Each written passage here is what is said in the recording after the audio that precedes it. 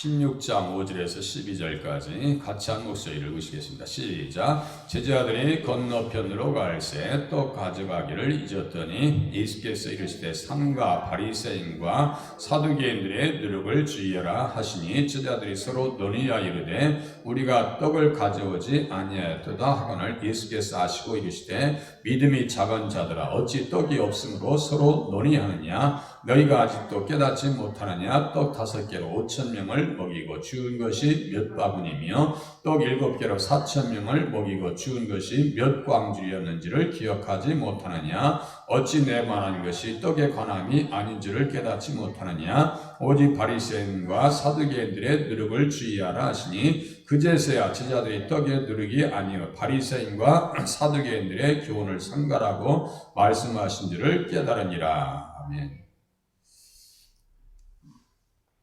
신앙생활하면서 주의할 게 있다.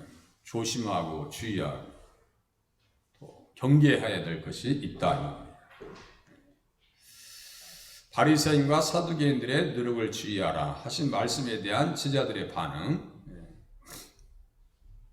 예수님께서 주의하라, 누룩을 주의하라고 하셨는데 제자들이 서로 말하기를 우리가 떡을 가져오지 아니하였도다 하거늘 이렇게 얘기합니다. 떡을 가지고 오지 아니했다. 바리새인과 사두개인들이 예수님에게 찾아와 시험할 때에 요나의 표적을 통해서 십자가와 부활의 복음을 예수님께서 친히 전하셨습니다. 마지막 표적 앞으로 십자가 이후에 3일 동안 물고기 뱃속에 요나가 있었던 것처럼 예수님도 무덤에 있을 것이다. 그리고 3일 후에 다시 일어나실 것을 표적이다 라고 얘기하시면서 요나의 표적을 믿지 아니하면 구원을 받을 수 있는 길이 없다. 요나의 표적은 믿어야 된다.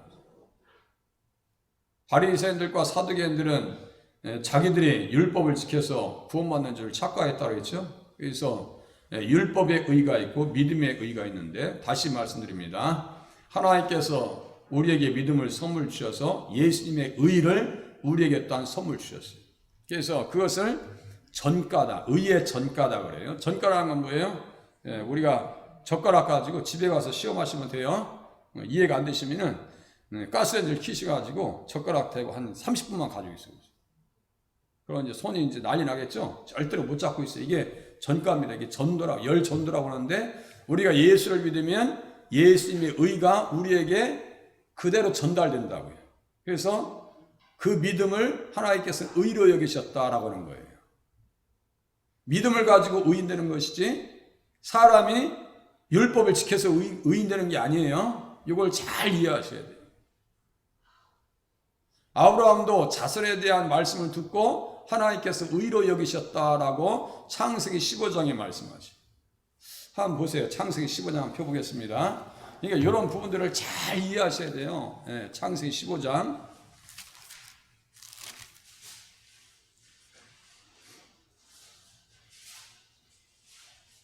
5절 6절 창세기 15장 5절 6절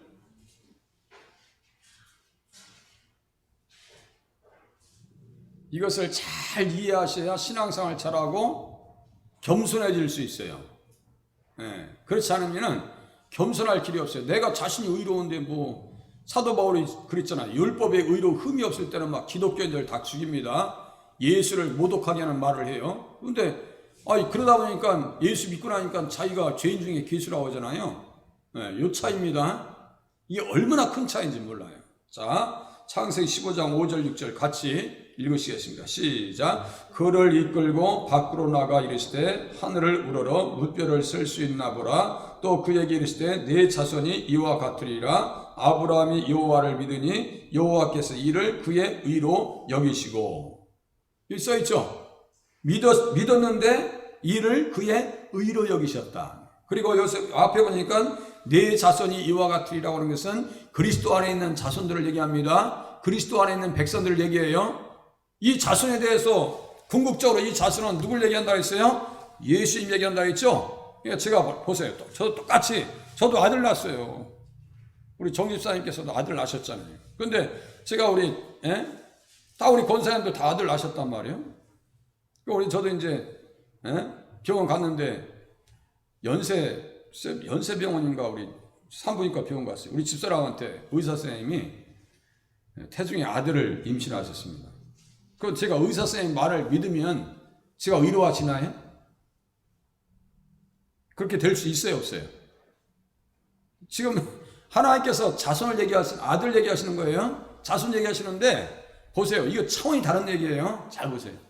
병원 가서 잉태해서 초음파 검사했는데 아들이라고 얘기해요. 그러면 제가 연세 병원인지 산부인과 병원인지 거기 가서 의사 선생님한테 아들을 임신했대요.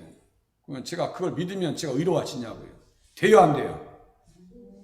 될 수가 없는 거예요. 그 얘기하고 또 차원이 다른 거예요. 아브라함에게 이야기하신 자손은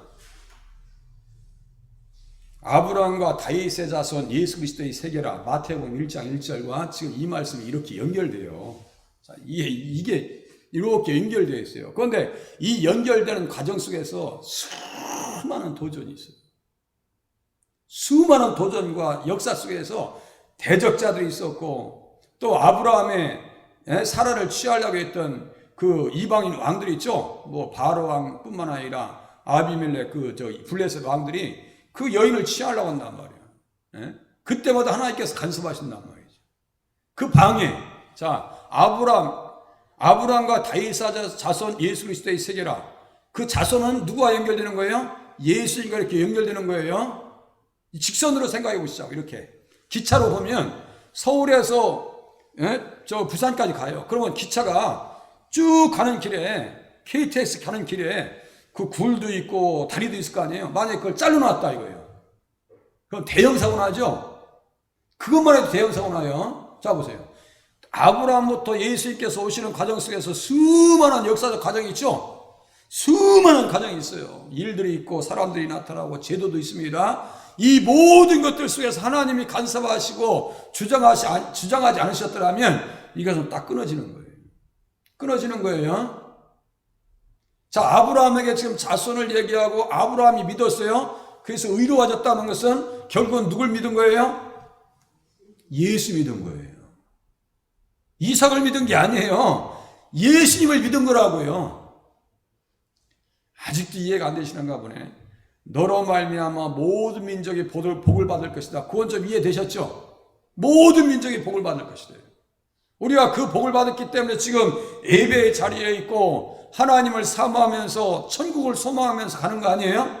만약에 우리에게 천국이 없다라면 우리처럼 비참한 사람이 없어요. 아니, 부활이 없다라고 하면 우리처럼 불쌍한 사람이 없어요. 고린도전서 15장에 써 있잖아요. 아니, 부활이 없다고 하면 내가 거짓말하는 자지. 사도 바울이 얘기해요. 내가 거짓말하는 자지. 아브라함의 복 중에서는 영생과 부활의 축복과 천국의 축복이 다 들어가요. 그래서 아브라함이 그 자손을 주시겠다고 하는 그 약속의 말씀을 믿으니까 하나님께서 여호와께서 어떻게 해요?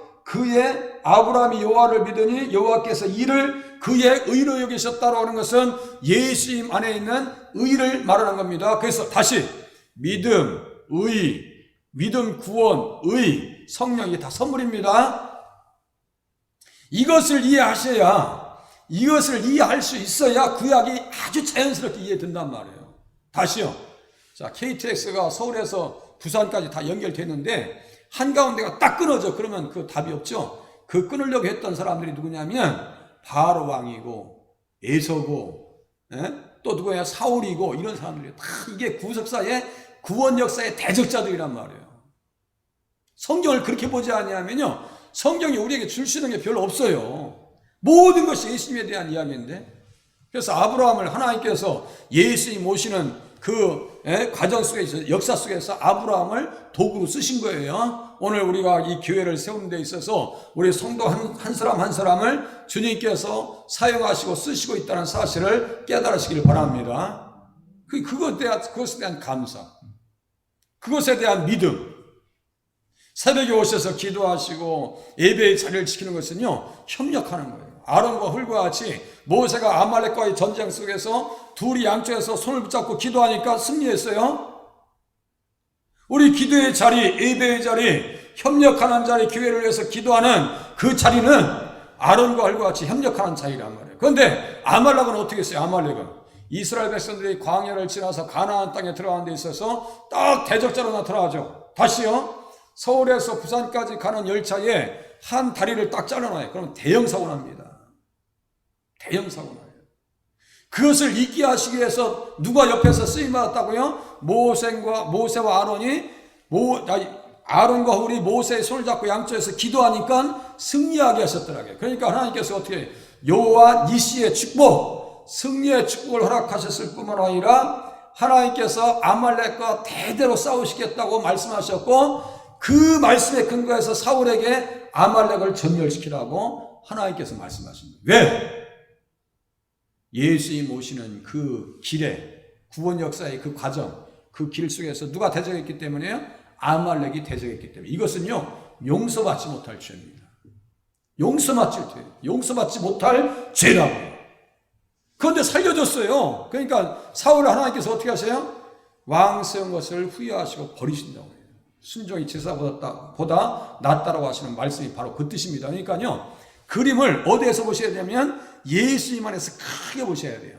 그냥 조그맣게 역사적 과정 속에서 이것만 조그맣게 보시면 안 되고, 예수님 오시는 과정 속의 큰 그림 속에서 이 사람들이 지금 어떤 역할을 하고 있는가 하나하나 영적으로 분석해 보면요, 이 인생들이 빨간 사람인지 까만 사람인지 정말 하나님 앞에서 하얗게 쓰임받는 사람이었는지 이걸 알 수가 있다. 자, 예수님 이 땅에 오셨으면 사탄들이 또 가만히 있을 리가 없잖아요. 가만히 있질 않아요. 사탄이요, 막 난리나. 우리가 교회에서 은혜 받고 성령 충만하게 신앙생활 하려고 하잖아요. 벌써 은혜 받을 줄 알고 사탄들은요, 저 앞길 몇 길 앞에 가 있어요. 그래서 야, 너 그렇게 하면 돼, 대충 해, 이렇게 한단 말이에요. 예수 이 땅에 계실 때 바리새인들과 사두개인들이 어떻게 했어요? 예수님 앞에 나와서 시험했습니다. 대적했습니다. 예수님께서 기적과 이적을 일으켜서 메시아 되심에 대한, 그리스도 되심에 대한 확실한 증거를 보여주니까 귀신 들렸다고 또 옆에서 염장 지르고 있어요. 똑같습니다. 하는 짓들이요, 구약이나 신약이나 예수님 당시나 이 세력들이 똑같이 반의한단 말이에요. 그럼에도 불구하고 하나님의 구원 계획은 십자가에서 완성되어진다고 하는 사실을 성경은 우리에게 가르쳐주고 있습니다. 이것이 구속사의 과정입니다. 성경 이렇게 보셔야 돼요. 저도 이것을 깨달은 게요, 그렇게 오래되지 않아요. 예전에는 사람이 중심이다. 우리들도 아브라함의 복을 받아야 됩니다. 아브라함의 믿음을 본받아야 됩니다. 다윗과 같이 골리앗과 싸워서 승리해야 됩니다. 그것도 맞아요. 그런데 더 크게 보면 다윗이 골리앗 앞에서 무너지면, 죽으면 예수님께서 다윗의 자손으로 오시려고 하는 계획이 무너져야 안 무너져요? 신약성경에서 다윗의 자손 예수여라고 하는 기도의 내용이 신약성경에서 기록될 수 있어요, 없어요? 없어요. 절대로 기록될 수가 없어요. 아니, 마태복음 1장 1절도 기록될 수가 없는 거예요. 아브라함과 다윗의 자손 예수 그리스도의 세계다라고 하는 그 말씀 자체를 기록할 수가 없다니까요. 그러니까 하나님께서 몇 백만 분의 몇 천만 분의 1의 확률을 통해서 집어 던졌는데 어떻게 그 돌이 골리앗의 머리에 꽉 박혀가지고 정수리에 박혀가지고 죽냔 말이에요. 그것은 하나님의 특별하신 간섭이셨더라. 우리가 천국 가는 그 길 가운데서도 주님께서 어떻게 하신다고요? 우리의 삶 고비고비마다 때마다 일마다 간섭하셔서 지금까지 지켜주신 것처럼 앞으로도 지켜주실 줄로 믿고 신앙생활 하시길 바랍니다. 자, 이해를 돕기 위해서 한참을 좀 말씀드렸어요. 그래서 이제 그 사람들과 이제 이시름하기 시간이 없고 그러니까 주님은 갈릴리 벳세다로 가십니다. 배에 오르셨을 때 제자들이 떡 가져오기를 잊어버려요. 그때 바리새인과 사두개인들의 누룩을 주의하라고 주님께서 말씀하셨어요. 그 말씀에 제자들이 뜻을 알지 못하고 떡을 가져오지 아니한 것을 논의합니다. 동문서답하고 있어요. 떡이 문제 아니고 바리새인들과 사두개인들의 누룩을 주의하라. 그들의 가르침은요, 이단적인 가르침입니다. 자, 보시겠습니다. 예수님께서 누룩의 의미를 모르고 있는 제자들을 향해서 책망하십니다. 믿음이 적은 자들아, 믿음이 적은 자들아, 어찌 떡이 없으므로 서로 논의하느냐? 너희가 아직도 깨닫지 못하느냐? 떡 5개로 5,000명을 먹이고 죽은 것이 몇 바구니며 떡 7개로 4,000명을 먹이고 죽은 것이 몇 광주렸는지를 기억하지 못하느냐? 주제의식이 예수님의 생각과 다릅니다. 자, 예수님 이제 예루살렘에 올라가셔서 십자가를 지시려고 인자가 고난받고 3일 만에 살아날 것이야 라고 얘기했는데, 그 사이에 제자들 중에서 세베대의 어머니가, 야고보와 요한의 어머니가 찾아와서 얘기합니다. 주여, 내가 구할 것이 있습니다. 무엇을 구하느냐? 그러니까 주의 나라 임할 때 우리 아들 오른쪽에 왼쪽에 앉혀주십시오. 주님께서 말씀하십니다. 너희가 구하는 것을 알지 못하는도다. 혹시 우리가 그렇게 기도하고 하는 거 아닌지 모르겠어요. 우리가 기도할 때 하나님 이렇게 해주세요, 저렇게 해주세요 라고 하는 기도보다 어떤 기도가 더 중요한 기도냐면, 내가 이렇게 살게 해주시고 이렇게 하나님의 뜻대로 살게 도와주세요 라고 하는 기도가 더 중요한 줄로 깨달으시길 바랍니다. 이 누룩도 똑같아요. 이렇게 말씀을 주셨으면 그 교훈을 조심하고 깨닫고 조심하고 더 조심해야 되는데, 그건 안중에도 없고 예수님 십자가 지시려고 올라가시는 그 순간까지 제자들은 무엇을 생각하고 있느냐면요, 영달을 꿈꾸고 있어요. 야, 이 정도 예수님의 인기라면, 예수님이 이 정도 인기라면, 야, 로마 최고 이건 아무것도 아니고, 지금 헤롯 왕 빌라도 이건 아무것도 아니야. 이 정도면 예수님의 인기가 이 정도, 인지도, 지지도, 그 사람들에게 받는 그 엄청난 관심, 이것만 가지고 있으면 예수님께서 만약에 통치할 경우에, 야, 한 자리 하겠다. 우리나라 지금 대선이 몇 개가 안 남았는데요.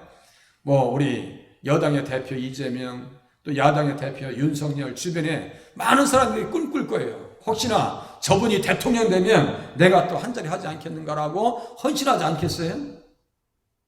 예수님 때도 똑같아요. 세베대의 아들들의 어머니가 와서 얘기합니다. 내가 구할 것이 있습니다. 주의 나라 임할 때 오른쪽과 왼쪽에 앉게 해주시오. 너희들이 구하는 것을 알지 못하는도다. 내가 받는 것을 너희들 또 받을 수 있느냐? 그러니까 무조건 또 할 수 있대요. 내가 받는 세례를 너희가 받을 수 있느냐? 그러니까 받을 수 있대요. 그래서 그 말대로요, 야고보가 가장 먼저 첫 번째 순교자가 됩니다.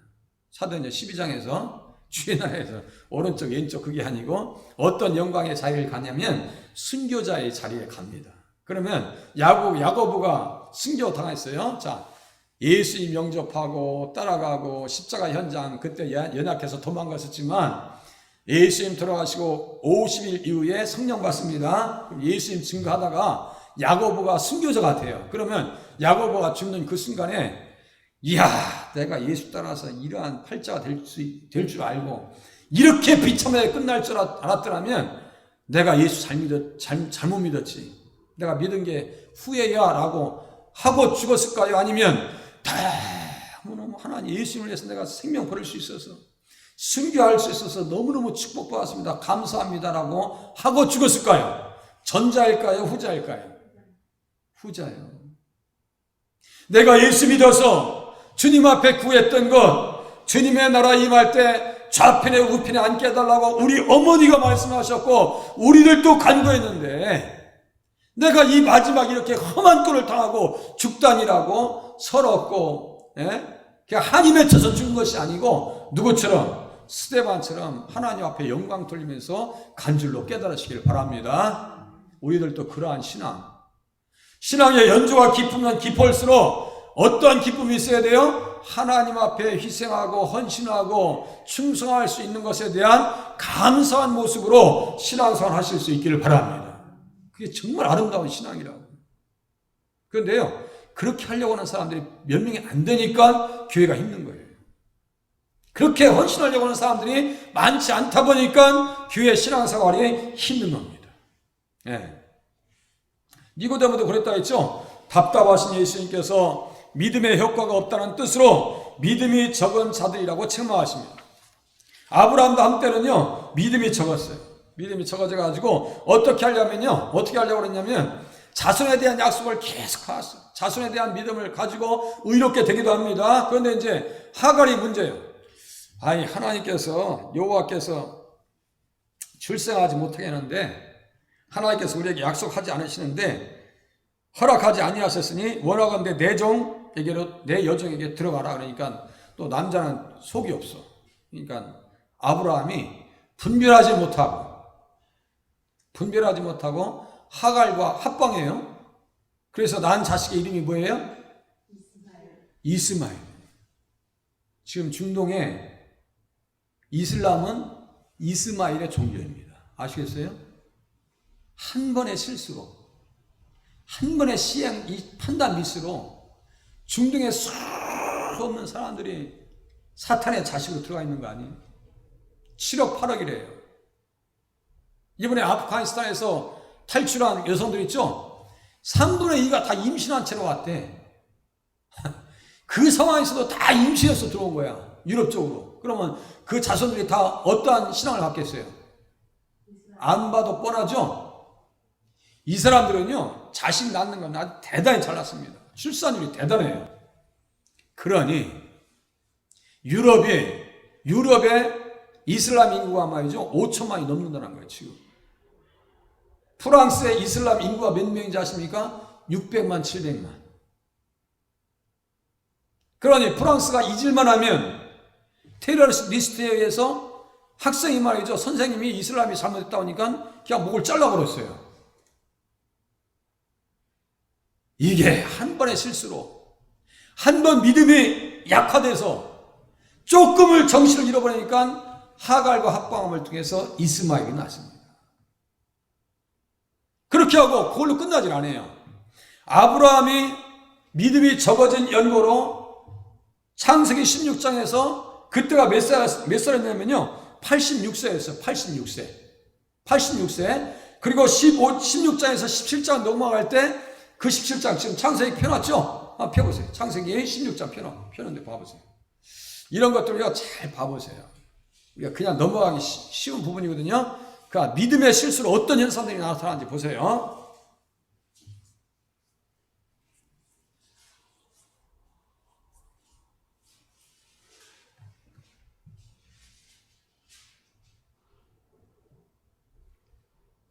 (16장) 3절 일단 보세요. 3절.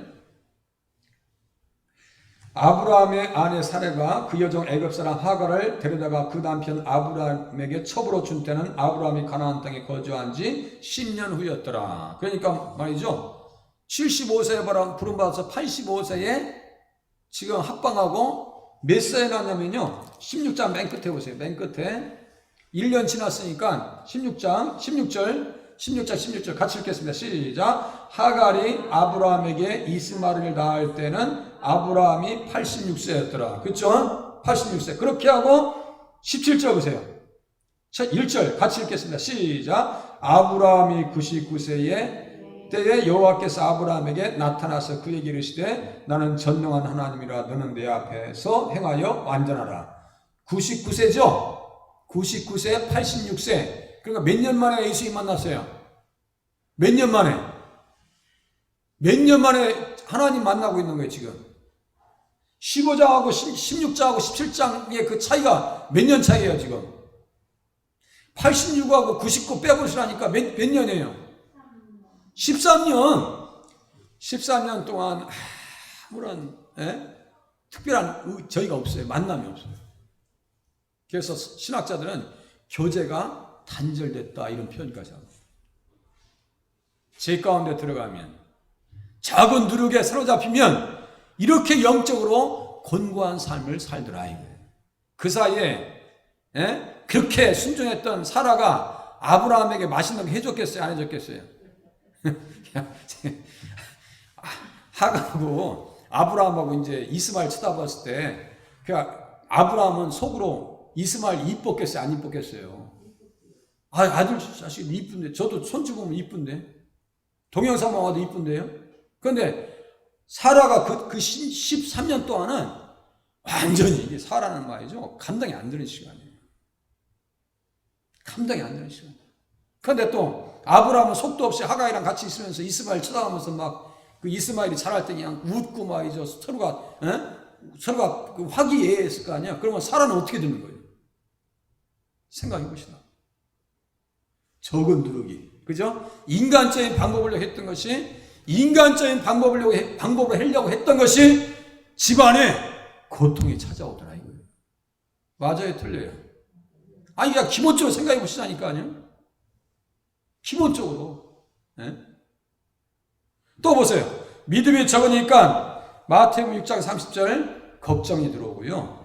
8장 26절에는 두려움이 찾아오고요. 또 의심이 찾아오고 겨자씨만한 믿음이 필요하고 믿음이 없으니까 멸망하고 히브리서 3장 19절에 보니까 믿음이 적다가 무너지니까 아예 광야에서 가나안도 못 들어가더라. 그러니까 믿음이 없는 것을 책망하십니다. 왜 믿음이 없느냐? 왜 깨닫지 못해? 예. 깨닫지 못하는 것을 안타까워 하시면서 5병이어와 7병이어의 기적을 말하십니다. 그래서요, 우리가 걱정하는 것도 믿음이 적어서 그렇거든요. 걱정을 가만히 사람들이 분석한 거 한참 TBS에서 나오는 거 제가 읽어드릴게요. 우리가 하는 걱정거리의 40%는 절대로 일어나지 않는데요. 40%는 그렇게 하고 30%는 이미 일어난 사건이고, 그리고 22%는 사소한 일이고, 4%는 우리가 바꿀 수 없는 것들에 대한 걱정이에요. 우리의 걱정의 내용을 세상 사람들도 분석해 보니까 4%밖에 우리가 걱정할 게 없대요. 이것도 우리 마음대로 안 된대요. 그럼 우리가 어떻게 살아야 돼요? 96%는 쓸데없는 걱정이라는 거예요. 세상 사람들도 96%에 대해서 쓸데없는 걱정이래요. 그런데 믿음의 사람들은 어떻게 돼요? 걱정하지 말고 모든 것을 주님 앞에 맡기면서 예수님을 따라가실 수 있기를 바랍니다. 내가 인위적으로 될 수 있는 게 아니에요.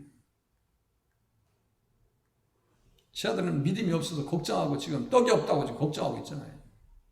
자, 예수님의 말씀과 성경을 깨닫도록 도우시는 성령님, 어찌 내 말한 것이 떡에 관함이 아닌 줄을 깨닫지 못하느냐? 오직 바리새인과 사두개인들의 누룩을 주의하라 하시니. 자, 제자들의 관심을 바로 잡으시고 오직 바리새인들과 사두개인들의 누룩을 주의하라고 가르치십니다. 예수님의 말씀과 하나님의 감동으로 기록된 성경을 깨달으려면 성령님의 조명과 감동이 있어야 합니다. 이렇게 좀 조금 어려운 표현을 써놨죠? 사실상 어렵지도 않아요. 자, 모든 성경은 누구의 감동으로? 하나님의 감동으로.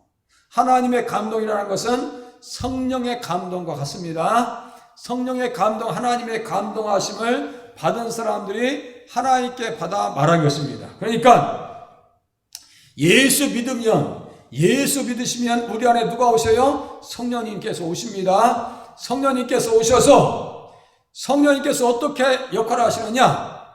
깨닫도록 하십니다. 그럼 제자들이 여기 지금 예수님과 대화할 때 제자들의 마음속에 성령님이 임하셨어요? 임하시지 않았어요? 다시요. 이제 요시죠. 자, 다시요. 예수님과 대화할 때 요 순간에 예수님께 있어 대화할 때 제자들의 마음속에 성령님이 계셨어요? 안 계셨어요? 성령님은 언제 오세요? 이거 봐요. 그러니까 우리가 얼마나 성령을 모르냐고요. 오순절에 성령님 오셨죠? 오순절에 성령님 임하셨어요? 그때는 성령님이 지금 제자들 속에 없었어요. 그러니까 주님 따라다니면서도 잘 이해를 못해. 피상적으로 이해해요. 그런데 예수님 부활하시고 50일째 되는 날 오순절에 성령님이 호련히 임하셨죠? 그렇게 했을 때 제자들이 깨달은 것이 있어요. 자, 요한복음 2장 보세요. 자, 제가 증명을 할게요. 요한복음 2장. 요 순서들도 잘 이해하셔야 돼요. 요한복음 2장.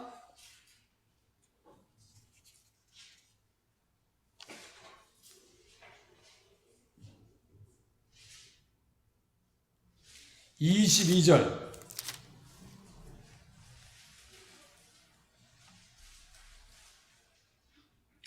22절 같이 읽겠습니다. 시작. 죽은 자 가운데서 살아나신 후에야 제자들이 이 말씀하신 것을 기억하고 성경과 예수께서 하신 말씀을 믿었더라. 죽은 자 가운데서 살아나신 후에야, 이렇게 써 있어요. 죽은 자 가운데서 살아나신 후에야 제자들이 이 말씀하신 것을 기억하고 성경과 예수께서 하신 말씀을 믿었더라 이렇게 써있죠. 지금 언제 지금 믿기 시작한 거예요? 믿음이 온전하게 들어온 게 성령님께서 오순절에 불의 혀와 같이 각 사람 위에 임하여 있다. 제가 새벽에 우리 성령 받았어요? 안 받았어요? 불 받았어요? 안 받았어요? 받았어요. 에? 지금 믿음이 있으니까 그 불 때문에 그 열정 때문에 지금 이 자리에 앉아 계신 거예요. 불 받았어요. 우리들도 막 방언하고 막 은사 체험하고 환사하고 이 사람들만 불 받은 게 아니에요. 우리들도 불을 받았습니다. 그렇게 하니까 보세요. 이 사람들이 17절 보세요. 17절 주의 전을 사모하는 열심히 나를 가리켜 나를 삼키리라 한 것을 기억하더라. 이렇게 써 있어요.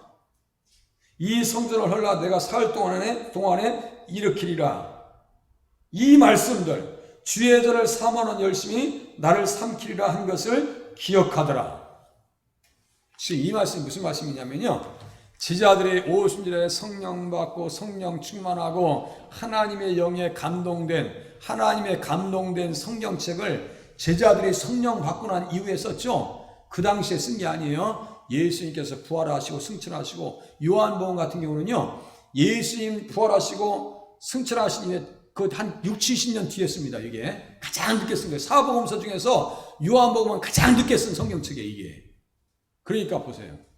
성경을 기록할 수 있었던 것도 그들 속에 누가 충만했기 때문에요? 성령이 충만했기 때문에. 자, 우리가 예수 믿었어요. 우리 안에 성령이 임하셨어요. 그러면 무엇을 깨닫기 시작해요? 하나님 말씀을 누굴 중심으로 해서? 예수님을 중심으로 해서 깨닫기 시작하고 있다고 하는 사실을 믿어 의심하지 않으시기를 바랍니다. 이거요 되게 중요한 얘기입니다. 정말. 그리고 성령의 사람, 하나님의 사람이라면요, 하나님의 말씀을 들어야 속이 편안하고 행복하고 영혼의 양식인 하나님의 말씀을 들어야 살 수 있다고요. 자, 보세요. 그래서 성령님께서 임하시면 보세요. 보혜사 진리의 영 가르치고 생각나게 하신다. 진리의 성령이 예수님을 증언하게 하시고 진리 가운데로 인도하신다. 이렇게 써 있어요. 예수님께서 가르쳐 주십니다. 성령으로 충만한 빌립 집사가 사도행전 2장에서 이제 성령이 각 사람 위에 불의 혈과 같이 임했죠. 그러니까 성령 충만, 말씀 충만, 믿음 충만한 빌립 집사가 어떻게 했을까요? 예수 얘기합니다. 그렇게 하고 성경도 깨달아서 가르치는데요. 에디오피아 여왕 간다게의 국고를 맡은 내식 관리가 이사야서 53장 7절에서 8절의 말씀을 읽을 때 곁에 가서 말씀을 가르쳐 줍니다. 뭐 했으니까요? 말씀 충만, 성령 충만, 믿음 충만, 예수 충만하니까. 할렐루야. 무슨 말씀인지 아시겠죠? 예수 충만, 말씀 충만, 은혜 충만, 성령 충만, 믿음 충만하니까 이 내시가 가면서 수레 위에서 성경책을 봤어요. 그 성경책에 가장 이사야가 중요하시 여겼던 이사야서 53장 7절 8절의 말씀을 읽는데 이게 도대체 누구의 말이에요? 이게 누구의 말이에요? 그런데 성령님께서 빌립 집사에게 가라고 그래요. 가서 가르쳐줘. 그 말씀을 가지고 예수님을 증거하니까 이 간다게의 국고를 맡은 내시가 같이 대화하면서 은혜 받습니다. 말씀을 깨닫습니다. 예수 영접합니다. 성령 충만합니다. 세례받고 가면서 기쁨으로 갔다. 옛날 성경에서는 흔연히 갔다 이렇게 써 있어요. 무슨 말씀인지 아시겠죠? 우리가 교회 와서 가실 때는 늘 기쁨을 가지고 돌아가실 수 있기를 바랍니다. 똑같은 마음. 깨달음이 왜 없느냐? 주님께서 말씀하십니다. 이제 마지막. 바리새인들과 사두개인들의 누룩과 그 교훈들이 도대체 무엇인가? 어찌 내 말한 것이 떡에 관함이 아닌 줄을 깨닫지 못하느냐? 오직 바리새인과 사두개인들의 누룩을 주의하라 하시니 그제서야 제자들이 떡의 누룩이 아니요 바리새인과 사두개인들의 교훈을 상달하고 말씀하신 줄을 깨달으니라. 그들의 교훈을 깨달으라. 그들의 교훈이 잘못된 것을 깨달으는 거예요. 자, 성경에서 누룩은 부패와 죄의 상징입니다. 출애굽기 12장에서 보니까 누룩을 제하라 그래서 있어요. 누룩을 제하라. 누룩을 보이지도 않게 적은 누룩이 온 덩어리에 퍼지는 것을 알지 못하느냐. 고린도전서 5장에 주일날 또 한참 말씀드렸어요. 그게 뭐예요? 음행을 피하라, 음행하지 말라, 시험하지 말라, 원망하지 말라, 우상을 섬기지 말라. 이번 주일날 말씀드렸어요. 그 음행을 피하라, 음행하지 말라, 이 말씀을 고린도전서 5장에 보니까 뭐 아버지 하차를 범한 것, 적은 누룩이 온 덩어리에 퍼지는 것을 알지 못하느냐. 이게 뭐예요? 다 죄의 상징이에요. 그래서 6월절에는 누룩 없는 떡을 먹으래요. 예수님께서 최후의 만찬하실 때 떡을 떼어 주십니다. 그 떡은 누룩이 있는 떡이겠어요? 누룩이 없는 떡이겠어요?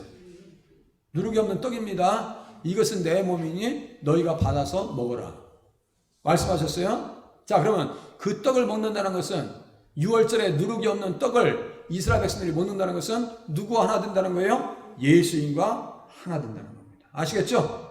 예수님과 하나 된다. 그러면 믿음을 통해서 예수님과 연합되어지면 무엇을 없애야 돼요? 우리 속에 누룩이 없어야 돼요.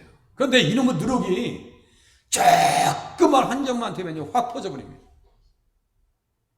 제가 3층 바닥 이야기했죠. 가끔 비가 오면요, 비가 오면 나타나는 7색깔 무지개가 아니라 그건 비가 오면 나타나는 집 바닥의 곰팡이에요. 희한해요. 비가 한 이틀만 내리잖아요. 바닥이 미끌미끌해서 잘못하면 그냥 꽉 넘어져요. 바닥에. 그런데 햇빛에 맨날 찌는 데거든요. 그런데도 어떻게 그 바닥에서 그거 뭐예요? 곰팡이 기온, 그리고 이끼가 껴가지고 2, 3일 만에 쫙 그냥 파랗게 까맣게 덮이는지는 이해가 안 돼요. 햇빛이 나는데도. 그 자생력과 생명력이라는 것은요, 대단합니다. 우리 옛사람과 새사람의 생각이 교차할 때 많아요. 우리 속에.